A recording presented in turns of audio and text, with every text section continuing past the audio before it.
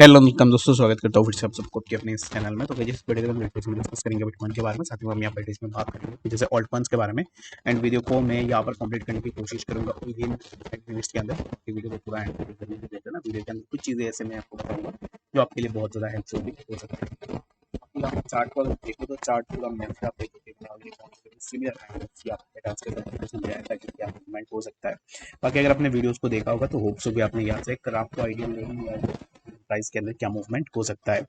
First of all यहाँ पर मैंने मॉर्निंग में यहाँ पर मीम कॉइन्स के ऊपर मैंने बात की थी, यहाँ पर जो है फ्लोकी के ऊपर।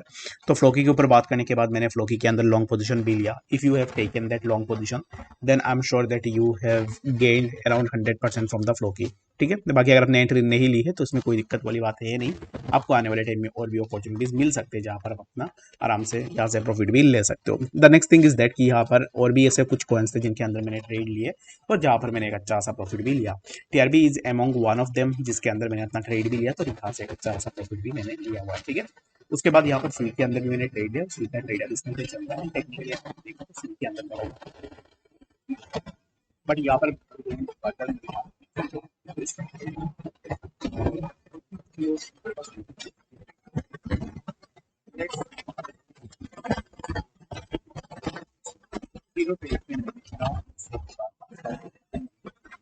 यानी कि आप लगा लो कि मैंने अराउंड 200% के आसपास 3 ट्रेड से हो गए। तो अभी इस टाइम पे एक ट्रेड से जिसका ऑलरेडी टारगेट भी हिट हो चुका है, एक टारगेट भी लोग अगर पूछते हैं कि अब इस टाइम में हम होल्ड करें या फिर इसको बेच दें, तो this is something which is really very annoying. अगर आप मुझे ऐसे पूछोगे, अगर आप मुझे ऐसे पूछोगे, I will give the answer to you and I might be block you. क्योंकि अगर मुझे ऐसा लगता है कि if you have any kind of valid reason इसको हम क्लोज कर सकते हैं, get to know that you are largest. अगर आप मुझे ऐसा तुक्का मार के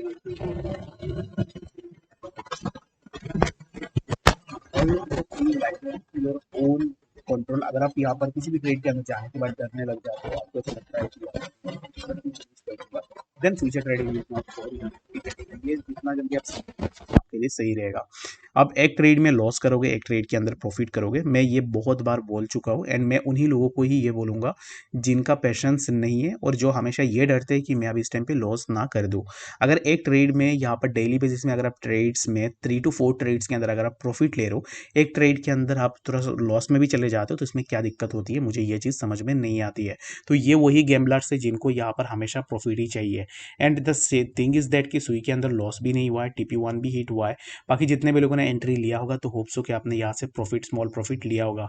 अगर मैं अपनी बात बताऊँ तो मैं स्टॉप लॉस के साथ सुई को होल्ड करूंगा। अगर मेरा स्टॉप लॉस भी हिट होता है तो उसमें मुझे कोई दिक्कत नहीं होगा। मैंने आपने प्रीवियसली देखा होगा कि बहुत सारे ट्रेड्स के अंदर मैं पर्सनली खुद के एंड से क्लोज करवा देता हूँ। अगर मुझे कुछ चीज़ें अगर ठीक नहीं लगती तो मैं खुद के एंड से भी उनको क्लोज कर देता हूँ, क्योंकि एक भी यहाँ पर डॉलर का बहुत ज़्यादा कीमत होती है।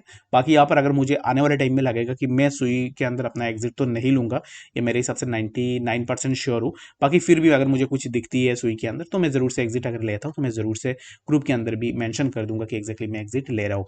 एंड बहुत सारे लोगों का ये क्वेरी रहती है कि आप जो ट्रेड देते हो उसका यहाँ पर वैलिडिटी क्या रहता है। मैं यहाँ पर ट्रेड, लेट सपोज कि मैंने अभी इस टाइम पे एक ट्रेड लिया हुआ है, तो उस ट्रेड को मैं यहाँ पर रात सोने से पहले उसको क्लोज कर दूंगा। जो कि मैंने बहुत पहले भी बताया था कि प्री ऑर्डर रात को सोने से पहले हमें कभी भी नहीं लगानी चाहिए, चाहे कोई भी ट्रेडर हो जाए। उसको हमेशा ये चीज़ ज़रूर से फॉलो करनी चाहिए, जब भी आप सोने जा रहे हो अपना ट्रेड को क्लोज करके जाओ। रीजन बिंग क्या है कि रात को कुछ भी हो सकता है, मार्केट बहुत ज़्यादा वॉलेटाइल होती है, तो इसके कारण आप अपना ट्रेड को क्लोज करके जा सकते हो। The second thing is that कि मैं ऐसे करता हूँ कि अगर मान लो कि एक ट्रेड के अंदर मुझे एक अच्छा सा प्रॉफिट हुआ है, तो उसका स्टॉप लॉस को मैं ट्रेल करके रख देता हूँ अपने एंट्री के ऊपर, ताकि अगर रात को प्राइस नीचे भी आ जाए तो स्टॉप लॉस मेरा यहाँ पर जो है ब्रेक इवन में क्लोज हो जाए, ताकि मैं यहाँ पर मेरा लॉस ना हो। तो ये चीज़ मैं हमेशा फॉलो करता हूँ, क्योंकि बहुत सारे लोगों की क्वारीज रहती है, तो ये बताना भी ज़रूरी था। बाकी जो वीडियो देख रहा है उससे उसका बेनिफिट ही होगा, बाकी जो वीडियो नहीं देखता है तो वो अपने एंड से भी ज़रूर से अपना वो निकाल लेगा। तो बात करते हैं यहाँ पर सबसे पहले बीटीसी के बारे में कि एक्जैक्टली बीटीसी में क्या नेक्स्ट मूवमेंट हम यहाँ से एक्सपेक्ट करेंगे। तो movement for the BTC would be that की प्राइस ऑलरेडी हमने डिस्कस भी किया था कि बीटीसी कैसे मूव कर रहा है, क्या मूवमेंट बीटीसी के अंदर हम एक्सपेक्ट करेंगे। तो the next movement for the BTC would be that कि अगर आप देखो तो प्राइस यहाँ से थोड़ा ऊपर गया था, अगेन प्राइस यहाँ से नीचे आ रहा है, जो कि एक्सपेक्टेड है। अब इस टाइम पे प्राइस का जो ओवरऑल मोमेंटम होने वाला है वो मैं अभी इस टाइम पे नीचे का ही मोमेंटम एक्सपेक्ट कर रहा हूँ। I am not expecting anything कि प्राइस यहाँ से ब्रेकआउट ले ले और प्राइस बहुत ज़्यादा ऊपर चला जाए। बाकी अगर आपका कोई भी ऐसा एक्सपेक्टेशन है बीटीसी को लेकर, आप मुझे कमेंट सेक्शन में जरूर जरूर से बताना। और बाकी यहाँ पर टाइम वेस्ट करके कोई फायदा है नहीं। बीटीसी के ऊपर मैंने ऑलरेडी प्रीवियसली बता भी दिया था कि क्या मूवमेंट हो सकता है। कुछ ऐसे ऑल्ट कॉइन्स है जिनके प्राइस के अंदर हमें जो है थोड़ा मूवमेंट देखने को मिल सकता है, जैसे कि सबसे पहला आएगा ZRX। इसको आपको जरूर से देखनी है। ZRX का जो हम ट्रेड लेंगे वो लेंगे तब लेंगे जब इसी स्ट्रक्चर का ब्रेक होगा 2405। If we got a breakout of this structure then we can go for a long position in ZRX। That's it. तो ये सिंपल एज दैट, इसी स्ट्रक्चर का ब्रेकआउट होने दो, उसके बाद ही जाके आप अपना डिसीजन बना सकते हो।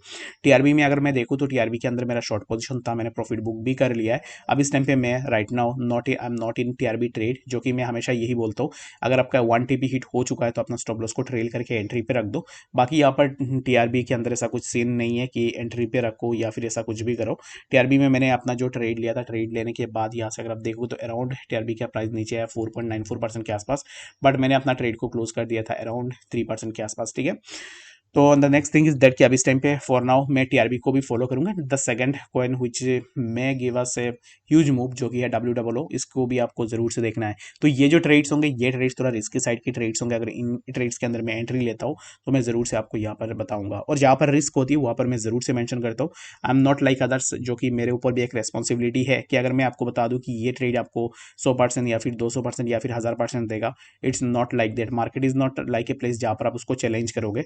आप अपने टेक्निकल एनालिसिस के हिसाब से उसके अंदर यहाँ पर प्रेडिक्शन लगा सकते हो कि yes this might be happened, but you can't make fool others. क्योंकि अगर बाकी लोगों को अगर आप ऐसे बोलते हो कि यहाँ पर 100%, 1000%, 2000% मार्केट ऊपर जा सकता है, which is really very wrong thing, क्योंकि लोग आपके ऊपर ट्रस्ट करके बहुत ज़्यादा पैसे भी लगा देंगे।